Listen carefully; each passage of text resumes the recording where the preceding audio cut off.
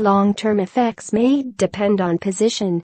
A study released Tuesday found that the types of concussions that football players sustain tend to differ based on the positions they play, suggesting that players at certain positions are at a greater risk of long-term health effects.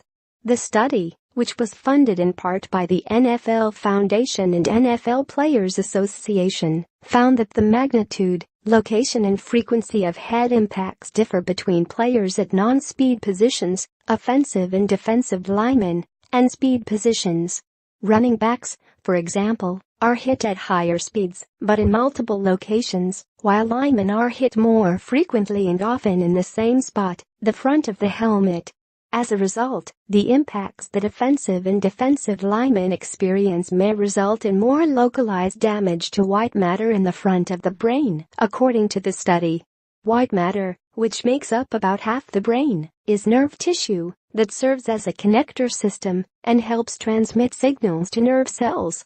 These findings suggest the playing position of an athlete may change the effects of concussions on the brain. Kevin Guskiewicz of the University of North Carolina at Chapel Hill, who authored the study, said in a release, "The mechanisms of concussions in non-speed players are fundamentally different from those of speed position players, suggesting that perhaps position-specific helmets are warranted." First published in the journal Radiology, the study started with 64 former college and NFL players, including an equal mix of speed and non-speed position players.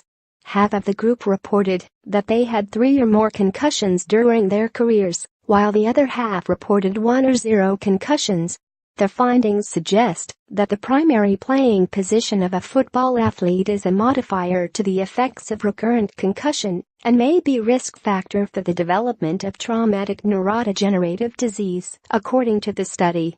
Researchers used 2 different MRI techniques to measure both brain structure and function, while the former players completed a memory task.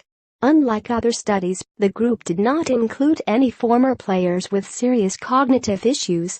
In addition to the positional differences, the study found that former college players with 3 or more concussions had more damage to the white matter in their brains, but former NFL players with the same concussion history did not. Co-author Michael Clark said this might be because they excluded players with serious cognitive issues from the study. But the findings could suggest that a career with additional exposure to football is not necessarily worse than a shorter duration of exposure, he said in a statement. Contact Tom Shad at TSEHAD@gannett.com or on Twitter @TomShad.